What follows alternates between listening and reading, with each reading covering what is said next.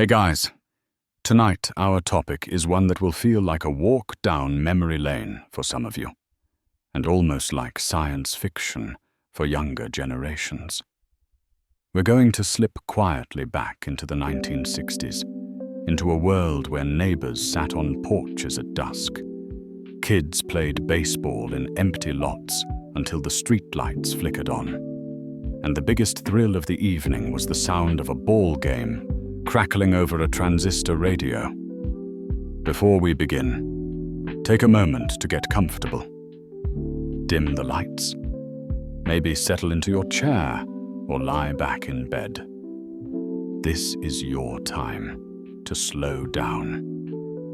And as always, I'd love to know where you're tuning in from and what time it is for you. Drop a little note in the comments. It's always a joy to see this community stretch across cities, states, and even oceans. The 1960s weren't a perfect decade. There was political tension. There were struggles that shaped the nation. And there were changes so rapid that people often felt the ground shifting under their feet. But for many who lived it, there was also a certain kind of magic, one that today's world, with all its screens and noise, often forgets. Tonight, we're going to explore those details, big and small, that made life in that decade so different, so human, and so unforgettable. So let the sounds around you fade into the background. Think of this as more than just a story. Think of it as a gentle journey, back to a time when the pace was slower, the air a little clearer, and the connections between people a little warmer.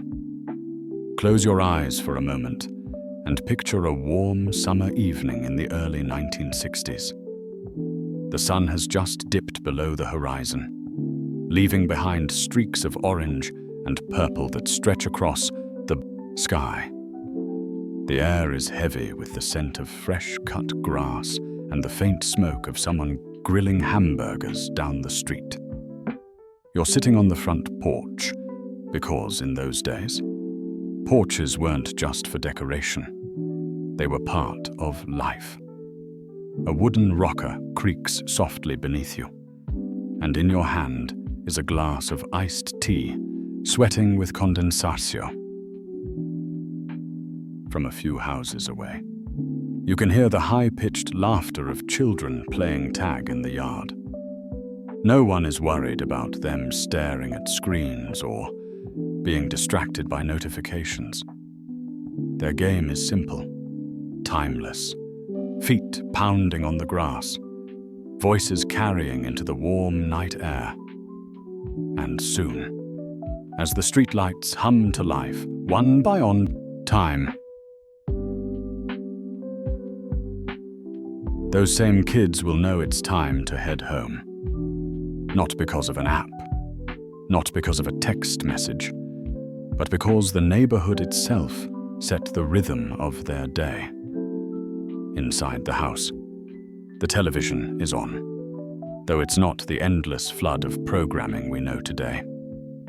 It's a heavy, boxy set with rabbit ear antennas that you have to adjust just right to keep the picture from fading into snowy static.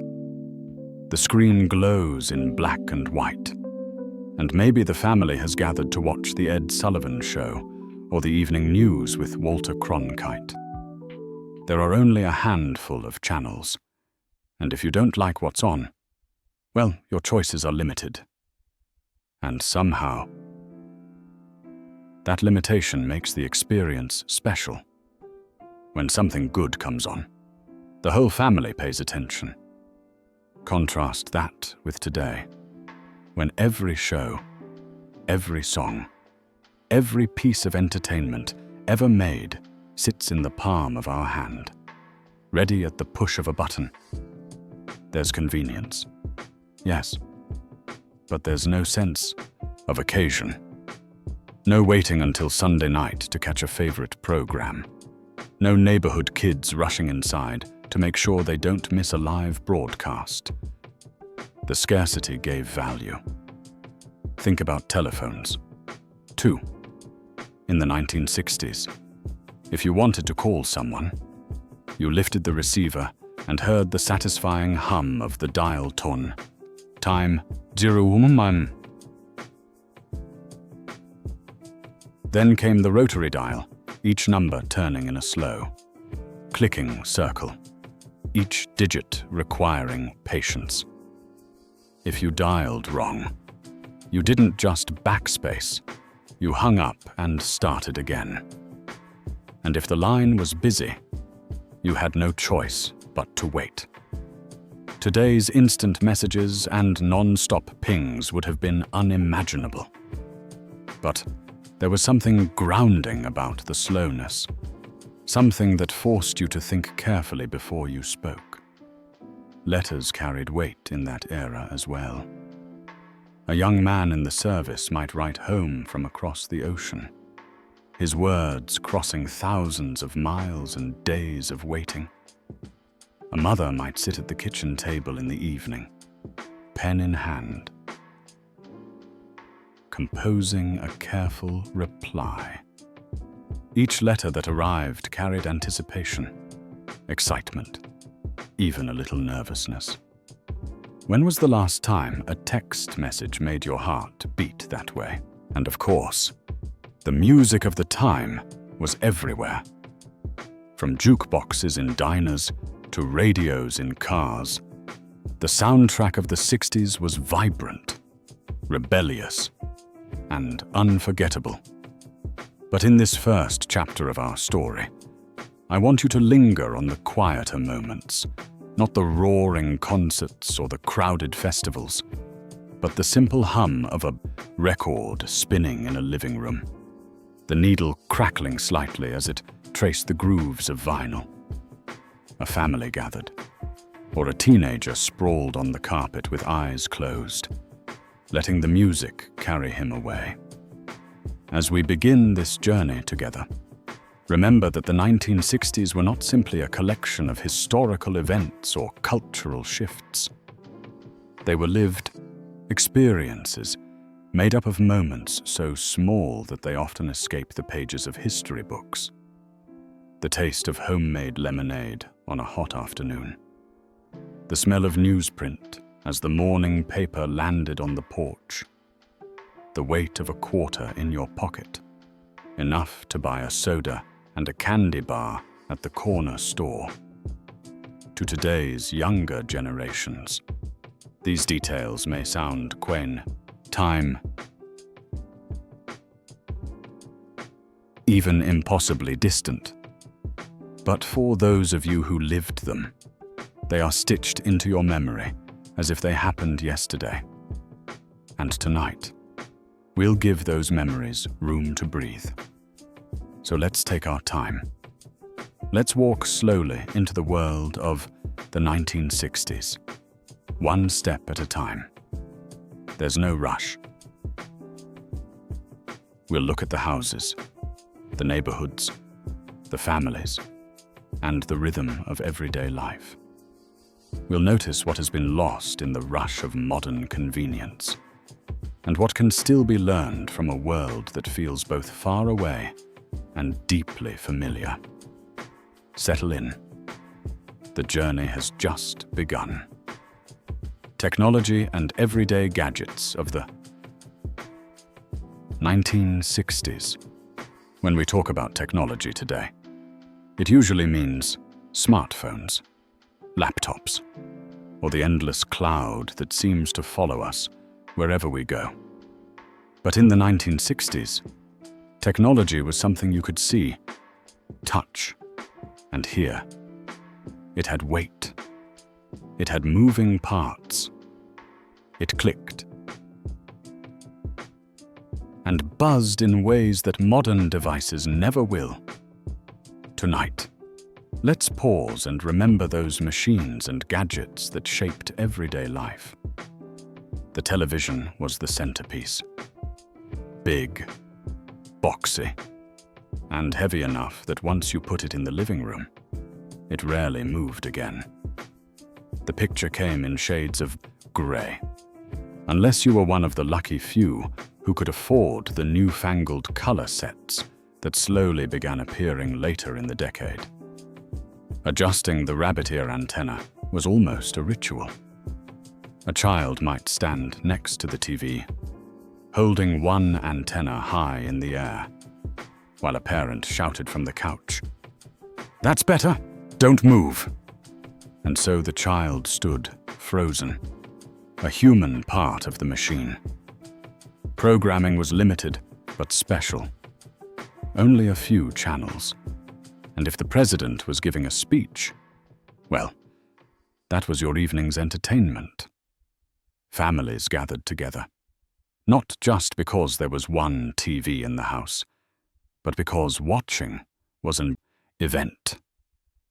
The variety shows, the news anchors, the Saturday morning cartoons, all of them carried more weight simply because they weren't always at your fingertips. Today, when we scroll endlessly through hundreds of choices, it can feel like nothing matters. Back then, every show felt like it mattered. Then there was the radio, still a lifeline for millions. The transistor radio was small enough to carry to the beach, the park, or the back porch. It fit in your hand, and yet it connected you to the wider world. Baseball games played out in real time, called with excitement that poured through the static. Music stations spun the latest rock and roll, and teenagers clustered around, sharing earphones or just letting the sound spill into the summer night air. Radios hummed in kitchens as mothers cooked dinner, or in garages as fathers tinkered with cars. The radio was constant company. The telephone, how different it was. Each home had on, maybe two if you were well off.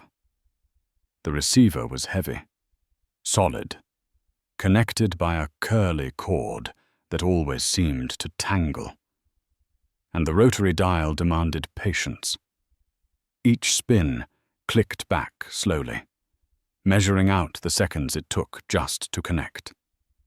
There was no caller ID, no instant texting. If you wanted to talk to someone, you hoped they were home. If they weren't, you called back later. That was it. Conversations felt fuller, more deliberate, because they required time and effort. Think about the typewriter, another emblem of the era. Heavy, loud, and wonderfully mechanical. Each key struck the ribbon with a satisfying clack. Mistakes meant whiteout or starting over, so you thought carefully before typing. Offices echoed with their rhythm. Schools taught students how to use them, and authors composed entire novels on their metal frames. In those clicks and dings was the sound of work, time, 0 to 6/5s, of ideas made tangible. Even photography carried weight, literally. Cameras were chunky, loaded with film that had only a set number of exposures. You didn't waste a shot. You framed carefully. You adjusted the focus, and then you hoped for the best. Only after developing the film, days later, would you discover whether you had captured the moment or missed it entirely. Compare that to today's endless stream of instant selfies. In the 1960s, each photograph was precious, and flipping through a family album meant something deeper. And let's not forget the appliances that defined the home. The hum of a refrigerator,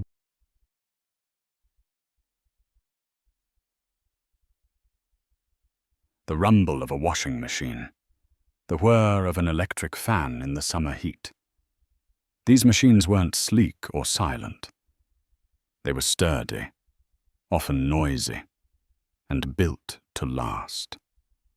They were bought once and kept for years, often decades.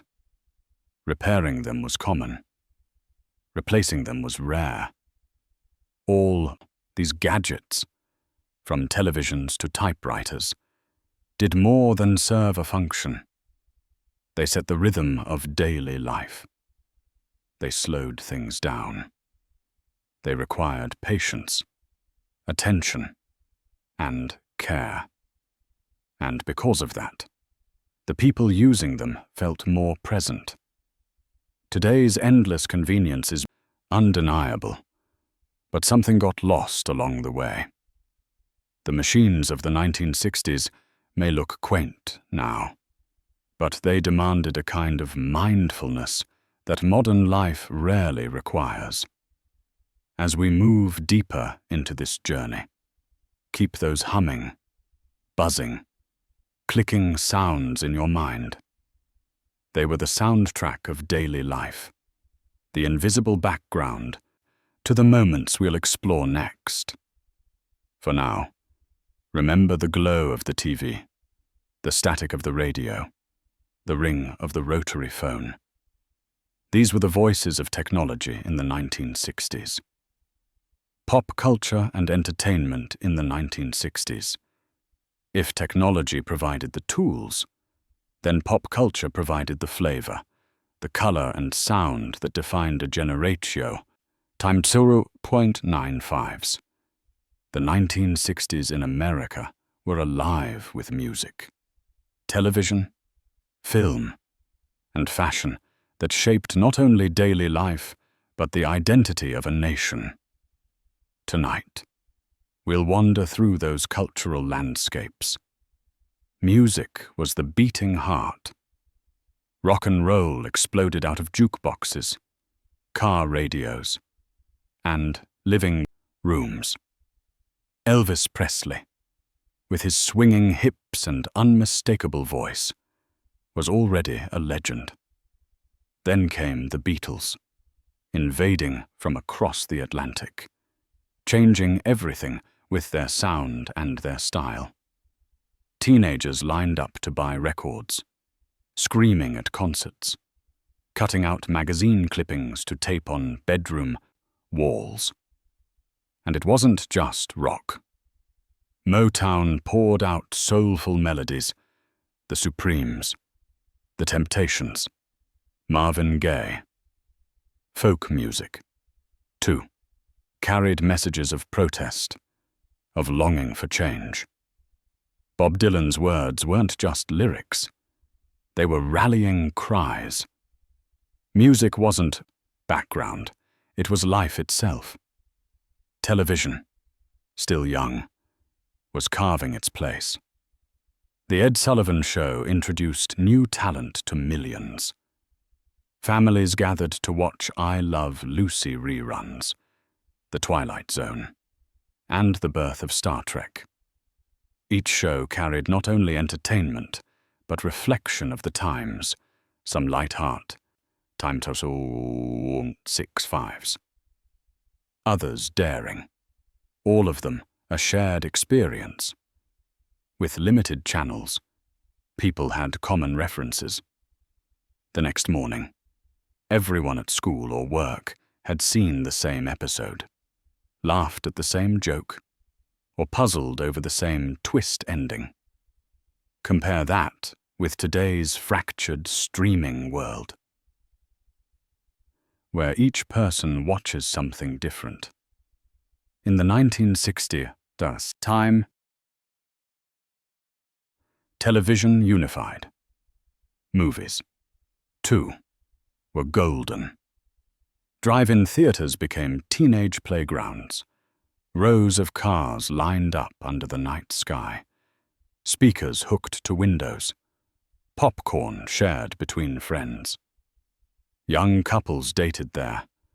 Families loaded into station wagons. Kids in pajamas watching from the back seat. On the big screen, icons like Paul Newman, Audrey Hepburn, and John Wayne drew crowds. Epics like Lawrence of Arabia and comedies like The Pink Panther filled cinemas with awe and laughter. Going to the movies was more than 2 hours of entertainment. It was a social event, a memory-making ritual. And then there was fashion, inseparable from pop culture. At the start of the decade, men wore neatly pressed suits. Women donned modest dresses. But by the end of the 1960s, everything had changed. Bright colors, bold patterns, miniskirts, bell-bottoms, leather jackets, hippie culture, with its beads, flowers, and flowing hair, stood in contrast to the clean-cut look of the early years. Fashion became not just clothing, but a statement about freedom, rebellion, and individuality. Sports also carried their own cultural way. Baseball remained America's pastime, with legends like Mickey Mantle and Sandy Koufax thrilling fans. Football was on the rise, with the first Super Bowl played in 1967, forever changing the sports landscape.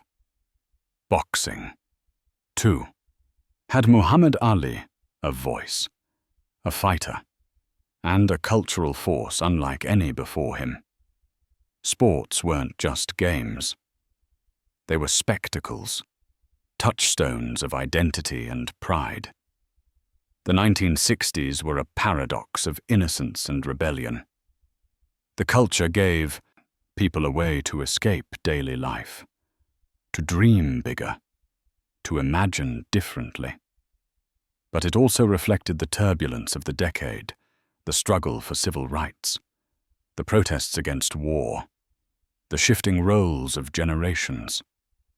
Every song, every show, every film carried echoes of those deeper currents. So picture it. A Saturday night in 1965, teenagers crowded into a diner, jukebox glowing in the corner, laughter spilling out into the parking lot.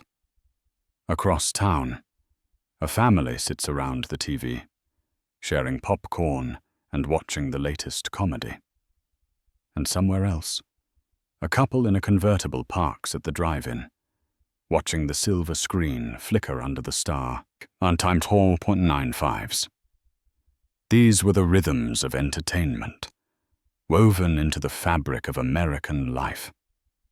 They may seem simple now, even quaint, but for those who lived them, they were unforgettable. They were the soundtrack, the images, the fashions, the passions of an era. And for us, tonight, they remind us of how deeply culture can shape memory. School days and youth, culture of the 1960s. When we talk about the 1960s, it's impossible not to think of what it was like to grow up in that decade. For many of you listening tonight, school days in the 60s were more than lessons and grades. They were a way of life, a world with its own rhythms, its own rules, and its own memories. Tonight, let's walk into those hallways again. Imagine the start of the school day, the bell ringing loud and clear, echoing through the neighborhood, calling children to line up outside. Boys in pressed shirts, hair combed neatly, time 0.7s. Girls in skirts and sweaters, saddle shoes or penny loafers on their feet. Backpacks were simple, leather satchels, sometimes just books carried in arms. The walk to school itself was part of the routine. Few parents drove their children. Most kids walked with friends, or rode bicycles down streets that felt safe and familiar. Time saw .95s.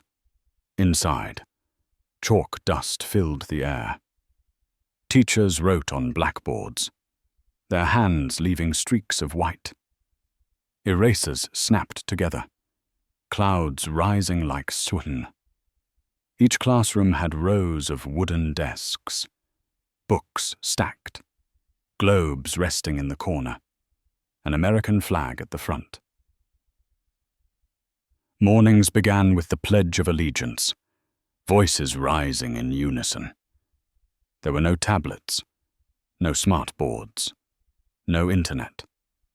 Lessons came from textbooks, dog-eared, shared year after year. And knowledge came slowly, carefully, through the words of teachers and the pages of books. Discipline was strict. Talking back to a teacher wasn't tolerated. Running in the hallways drew sharp whistles. Some schools still allowed the sting of a ruler on knuckles. And yet, there was structure that many remember with respect. Authority figures were clear. Boundaries were firm. Students learned not only reading and math time, 6 5s, but how to sit still, how to wait their turn, how to respect the order of the day. Lunches were simpler. 2. Metal trays carried sandwiches wrapped in wax paper, apples, cartons of milk. Cafeterias buzzed with laughter, with trading of snacks, with whispered plans for after school.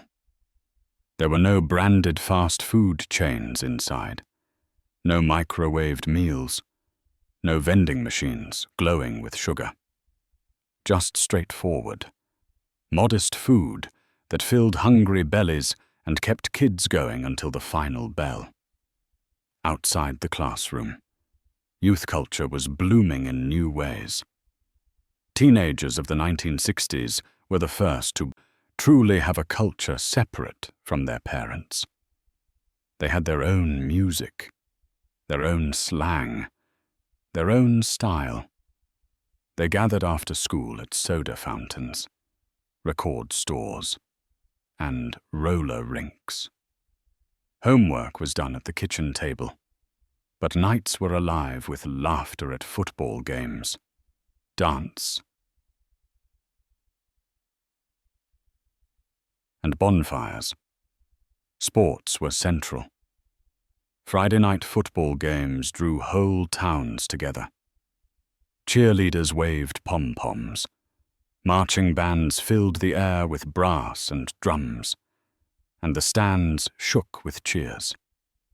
Baseball diamonds, basketball courts, and track fields were busy with students who played not for scholarships or sponsorships, but simply for pride and for joy. And then there were school dances. Gymnasiums transformed with streamers and balloons. Records spun on turntables. Lights dimmed. And teenagers swayed nervously to slow songs. A boy asking a girl to dance wasn't a text message. It was a leap of courage. A face-to-face moment that left hearts pounding. Many couples still remember their first slow dance in those school gyms. By the mid-1960s, youth culture took on a sharper edge. The world outside was changing. Civil rights protests, war overseas, new voices demanding to be heard. Teenagers listened, learned, and joined. The music they loved carried messages of freedom and rebellion. They wore their hair longer, their skirts shorter, their voices louder. College campuses, once quiet, became alive with activism. Students carried signs, marched in streets, and demanded Chang. The 1960s turned youth into a force. No longer just followers of their parents. They were leaders in shaping culture. politics, and identity.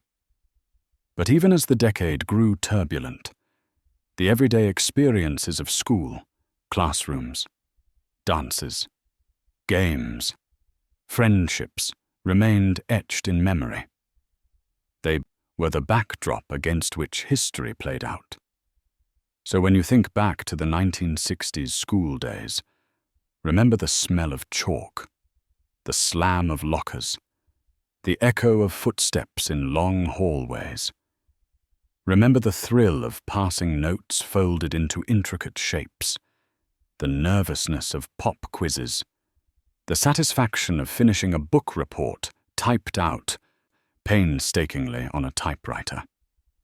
And remember, too, that in those school days were the seeds of a generation that would change the world. Family life and community connections in the 1960s. If the school was the training ground of youth, then the family was the foundation of daily life. In the 1960s, family life in America carried a rhythm that feels both familiar and distant today. Tonight, time 0.65. Let's step inside the homes of that era and remember what it was like. Picture the dinner table. 6 o'clock sharp. The family gathered. Father home from work. Mother setting out dishes. Children washing hands and hurrying to their seats. Meals were not eaten in isolation, not grabbed on the roux, not consumed while staring into glowing screens. They were shared moments, conversations flowing between bites. News of the day, homework troubles, neighborhood gossip, all of it spilled across the table. The clink of silverware, the laughter of children, the occasional stern reminder to finish vegetables. Dinner was more than food. It was connection. Living rooms carried their own heartbeat. Sofas upholstered in patterns, lamps glowing warmly, a coffee table stacked with magazines. Families gathered in the evening to watch television together, to listen to the radio, or to simply talk. Board games came out on weekends, Monopoly stretching late into the night. Scrabble words debated with passion. Children giggling at spilled piles of marbles. Without constant digital distraction, attention was focused on one another. Neighborhoods were close-knit. Children roamed freely, bikes clattering on sidewalks, baseball games erupting in empty lots. Mothers called from porches when it was time to come in. Fathers lent tools across fences. Neighbors shared recipes, stories, and time. On summer nights, whole blocks seemed to breathe together. Front doors open, screen doors creaking, voices carrying under the stars.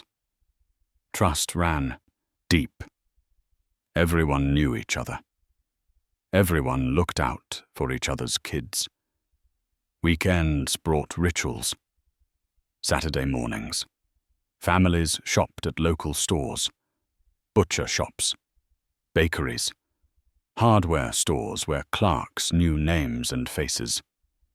Sunday mornings meant church for many, followed by potlucks, picnics, or Sunday dinners with grandparents.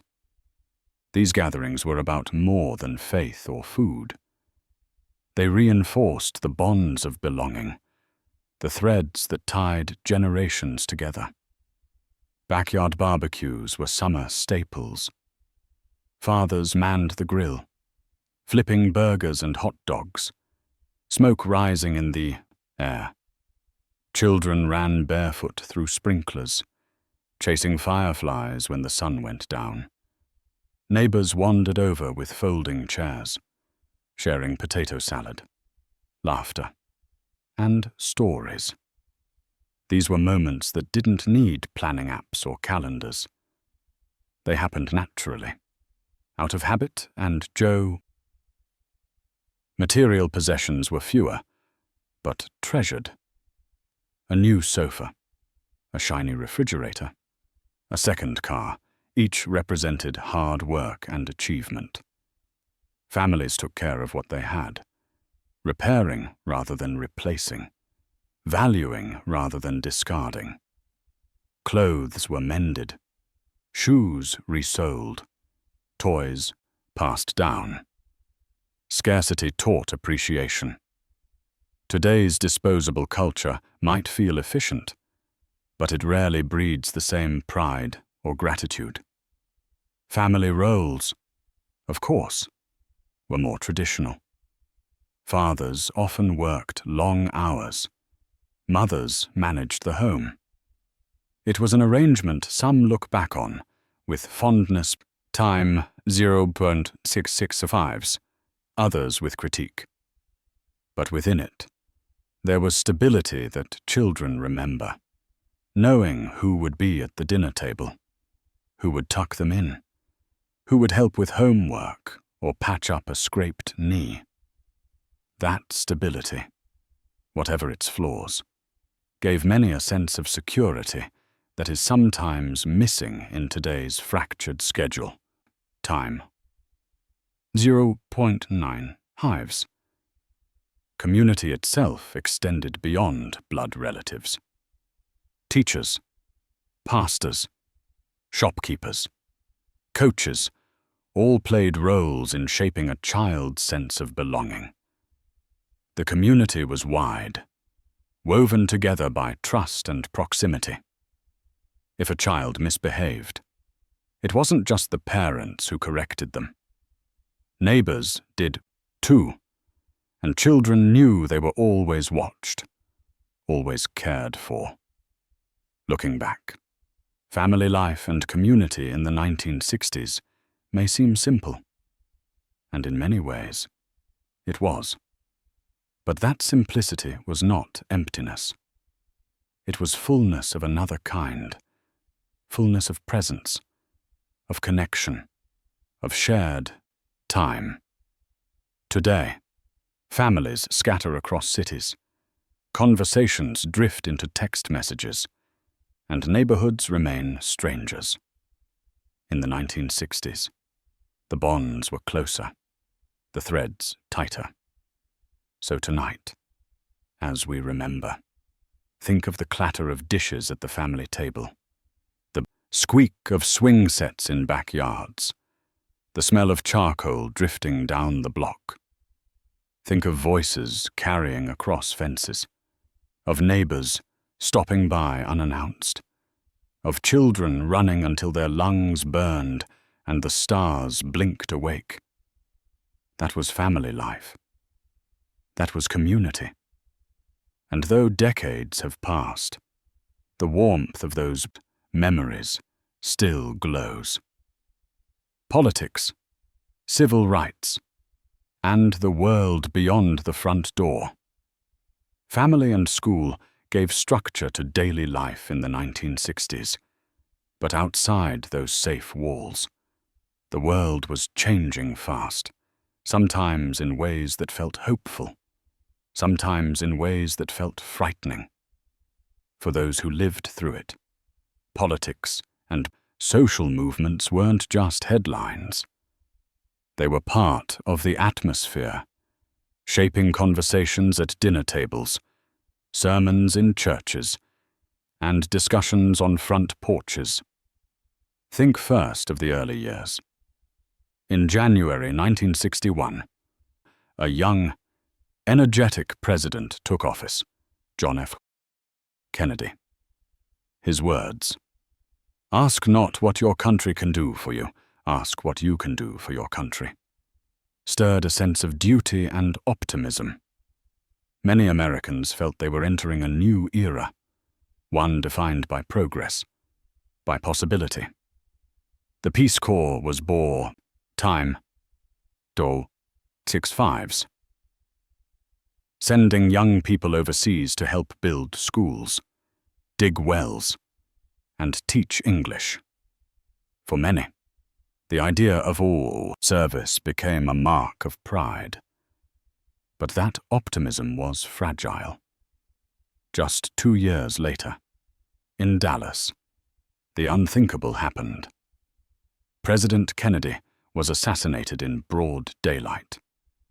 Millions watched in shock as television carried the grim news. For many Americans, it was the first time they felt that deep sense of collective grief broadcast into their homes. Ask anyone who lived through it, and they can tell you exactly where they were when they heard. It was a wound that never fully healed. Meanwhile, the civil rights movement was reshaping the nation. The images are etched in memory. Martin Luther King Jr. speaking before a sea of people in Washington, declaring, "I have a dream." Peaceful marchers crossing bridges in Selma, met with batons and tear gas. Sit-ins at lunch counters, freedom rides through hostile towns. For Black Americans, the 1960s were years of courage, struggle, and sacrifice. For white Americans, they were years of awakening, of confronting uncomfortable truths. The Civil Rights Act of 1964, the Voting Rights Act of 1965, these were not just pieces of legislation, but milestones carved in blood and determination. Outside the country, the Cold War loomed large. School children crouched under desks during nuclear drills, as if a slab of wood could protect from an atomic blast. Families built fallout shelters in basements or backyards, stocked with canned goods and water. The Cuban Missile Crisis in 1962 brought the world to the edge of nuclear war, and for 13 tense days, Americans lived with the fear that tomorrow might never come. Yet out of that fear came resilience, a sense of unity in survival. And then there was Vietnam. What began as a distant conflict slowly grew into the defining shadow of the decade. At first, many supported the war, trusting leaders who said it was necessary to stop communism. But as the years dragged on, as body counts rose and young men returned in flag-draped coffins, doubts grew louder. College campuses erupted in protest. Marches filled city street. Soldiers overseas felt torn between duty and disillusion. For families back home, the war was a constant presence on the news, in letters from sons, in the tense silences of neighbors who disagreed about its purpose. Through it all, the media played a new role. Television news brought the world directly into the living room. No longer just words in a newspaper, but moving images, crowds chanting, bombs exploding, leaders speaking. For the first time in history, war and protest and politics were experienced not just through imagination, but through glowing screens at dinner time. It made the world feel closer, but also heavier. And yet, amid the tension, there was hope. The moon race inspired millions, as America set its sights on the stars. Children dreamed of astronauts. Toy rockets filled store shelves. And in 1969, the impossible happened. Neil Armstrong stepped onto the lunar surface. One small step for man, one giant leap for mankind. For a moment, the whole world looked up together. The politics of the 1960s were turbulent. They were full of heartbreak and division, but also of courage and triumph.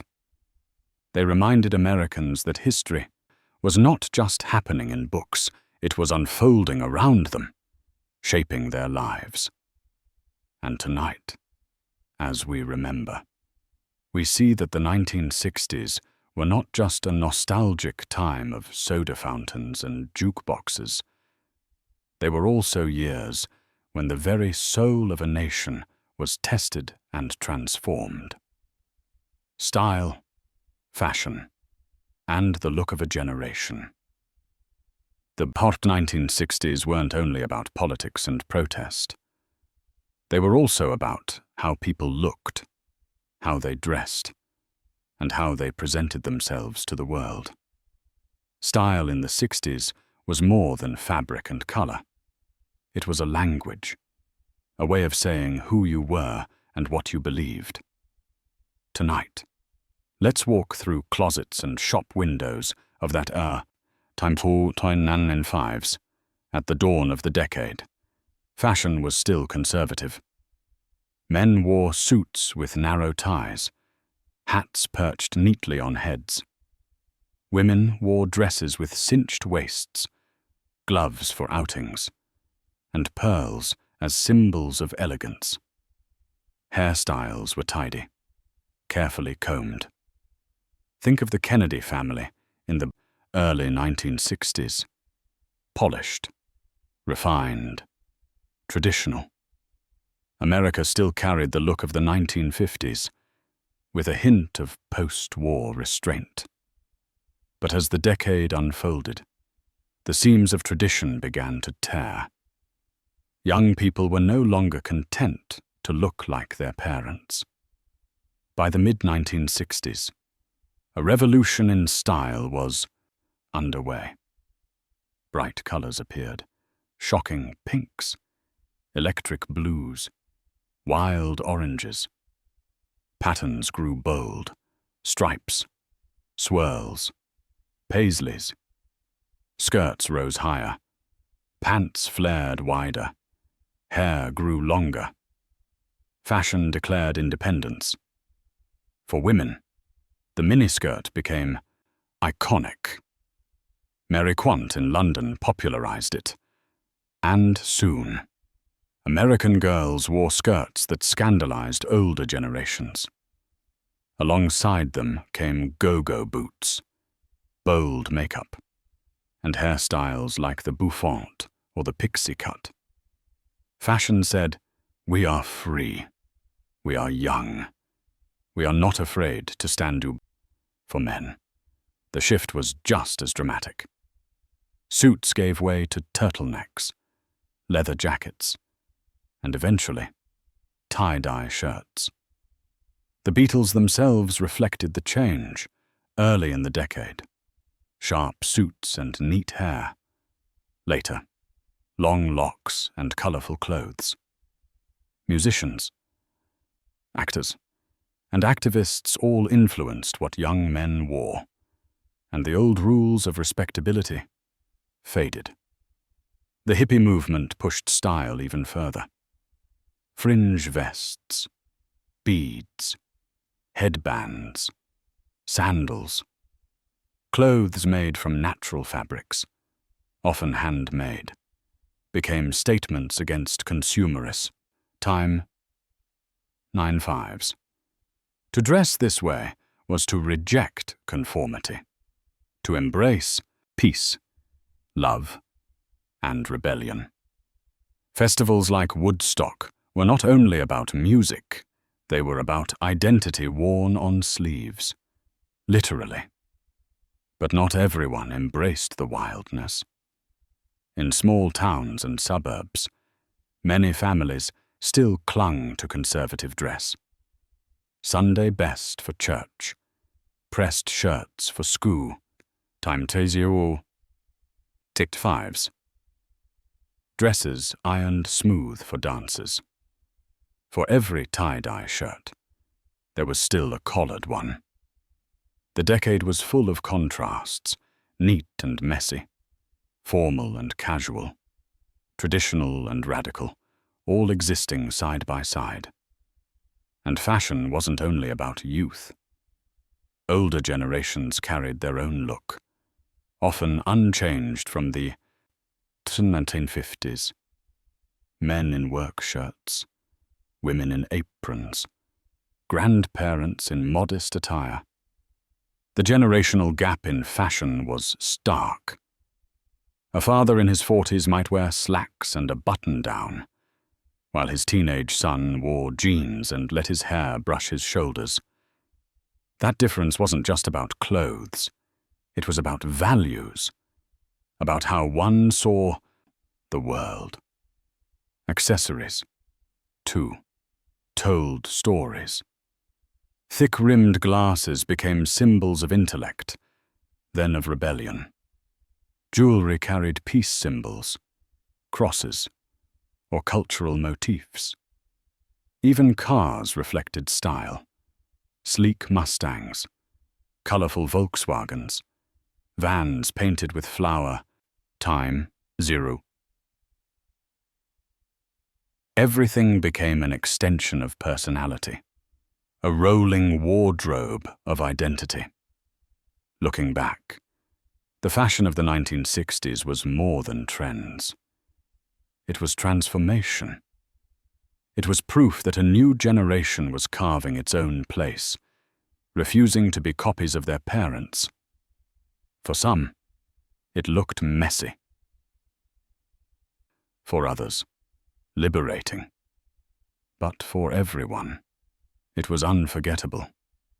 So tonight, picture the spectrum, a family portrait in 1960, neat and proper, and a group of young people in 1969, barefoot, hair flowing, clothes wild with color. Between those images lies a decade of change, stitched into fabric, woven into memory. The music of the 1960s, the soundtrack of a generation. If there was one force that tied the 1960s together, it was music. Music was not just entertainment.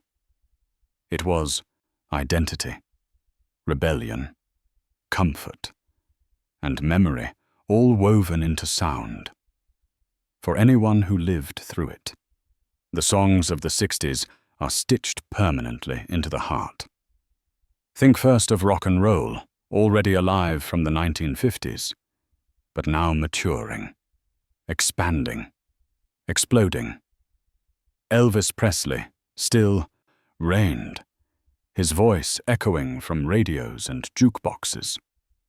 But then came the Beatles, arriving in America in 1964 on The Ed Sullivan Show. Millions tuned in. Screaming teenagers filled arenas. And suddenly, music felt global. Their early songs were catchy and light.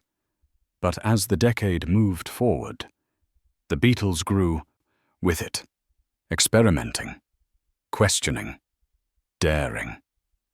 Their music mirrored the transformations of an entire generation. And they weren't alone. The Rolling Stones, the Beach Boys, The Who, Janis Joplin, Jimi Hendrix.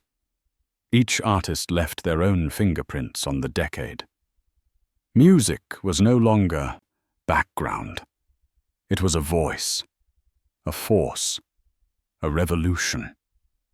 But it wasn't only rock. Motown poured soul into American life. The Supremes sang harmonies that still ring in memory. Marvin Gaye asked, "What's going on?" and Stevie Wonder, young and full of fire, lit up radios with joy. Motown carried pride, resilience, and rhythm that pulsed through black communities and spilled into the mainstream.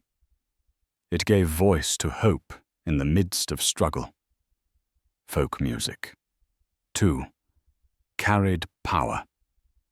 Bob Dylan strummed songs that were poetry and protest rolled into one. Joan Baez sang of peace and justice. These weren't just melodies. They were anthems for marches, for sit-ins, for late nights on campuses where students debated the future. Even country music grew in influence. Johnny Cash, with his deep voice and dark clothes, sang of prisons, pain, and persistence. His songs were reminders of roots, of grit, of the working class that built the nation.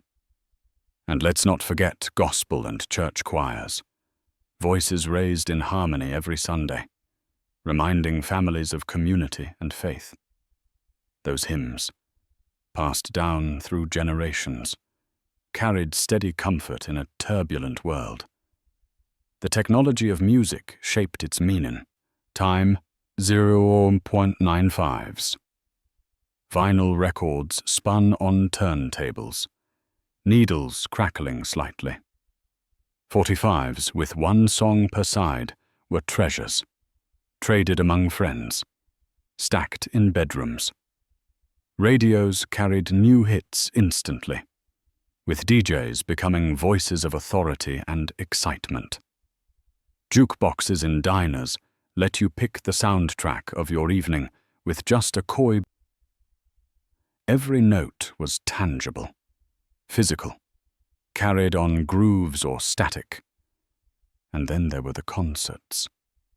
Small clubs filled with cigarette smoke, stadiums roaring with electric guitars, open fields like Woodstock where thousands swayed together, united by sound.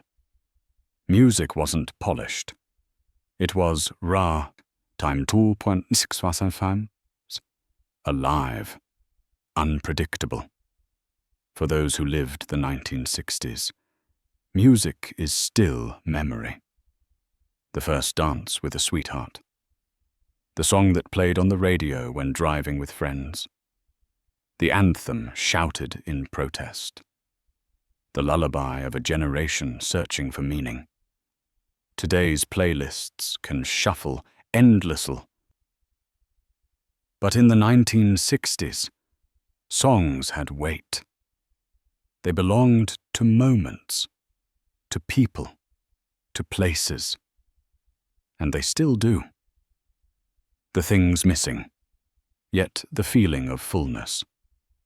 When people look back at the 1960s, it's easy to focus on what wasn't there. There were no smartphones, no in turn time 0.65s, no 24-hour stores on every corner. Air conditioning was rare, flights were expensive, and medical care was less advanced. Life, by today's standard, time 0.665s, could seem limited. But here's the truth. What was missing often gave life a greater sense of fullness. Take communication. Without email or instant messaging, people wrote letters. Yes, it took days or weeks, but that waiting filled the exchange with meaning. A handwritten letter wasn't just words, it was evidence of time, effort, thought. Opening an envelope, reading the familiar handwriting of someone you loved, was an experience no instant text can match. The slowness created intimacy. Entertainment was scarcer, but richer. With only a handful of TV channels, families watched the same shows, neighbors talked about the same episodes, and children played the same games. The lack of endless options meant people shared experiences. Today, with infinite choice, it's easy to feel isolated. In the 1960s, people felt connected. Material possessions were fewer. Children had a handful of toys, not mountains of plastic. Yet those toys meant more. A baseball glove worn smooth, a doll dressed carefully, a bicycle ridden until the tires wore thin. Scarcity taught care, and care deepened joy. Even discomfort shaped memory. Summers without air conditioning meant families sat on porches together, seeking breezes, sipping iced drinks, talking late into the night. Winters with drafty windows meant huddling close, blankets layered, fires crackling. The hardships became togetherness. There was less convenience. Yes. Meals took longer to cook. Errands took longer to run. But in those minutes and hours, people talked, laughed, shared. The absence of convenience created presence, and presence created richness. Neighbors weren't hidden behind garage doors or locked in behind screens. They were outside, mowing lawns, hanging laundry. Time 0.6 squives. Greeting one another. Communities were visible, alive. Strangers became friends because interaction was necessary. The 1960s lacked many things we now consider essential. But in their absence, people found something that today is often missing: patience, gratitude, presence, connectio, time. So when you think of what wasn't there, remember what was. Laughter around the dinner table, warm nights on porches, games played until dusk, songs sung together. Life may have been missing gadgets, but it was full of humanity. Closing reflections and a gentle wind down. We've walked together through the 1960s, through its classrooms and living rooms, its politics and protests, its fashions and music. We've remembered the hum of radios, the glow of black and white TVs, the laughter of children chasing fireflies, the tears of loss and the triumphs of hope.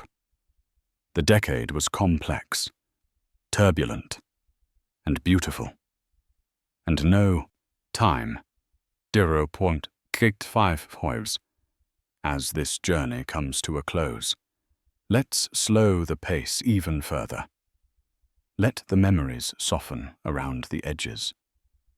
Picture yourself again on that front porch on a summer evening. The sun has long set, and the stars are beginning to show. The air is cool, the sound of crickets steady, the glow of a streetlight spilling across the sidewalk. You hear the faint sound of music drifting from a neighbor's house, a Beatles record spinning, perhaps, or a Motown ballad. Somewhere down the block, children laugh one last time before heading in for the night. The world feels slower, quieter, and somehow more whole. Take a deep breath. Inhale the scent of cut grass, of wood smoke, of summer air. Exhale the worries of the present. For just a moment, let yourself feel the weight of time, not as a burden, but as a gift. The decades that have passed since the 1960s are full of change, full of invention, full of speed. But the memories remain, anchored in a simpler world. The 1960s remind us that fullness doesn't always come from abundance. It can come from less noise, less distraction, less hurry. And sometimes, that less leaves space for more connection, more presence, more Joe, time, 195s, more. So tonight, as you drift toward rest, carry with you the warmth of those memories. Whether you lived them yourself, or whether you're imagining them for the first time. Let them be a reminder that life can be slower, gentler, richer.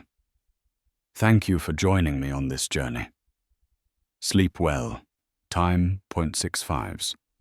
Dream deeply, and may the echoes of the past bring peace to your present.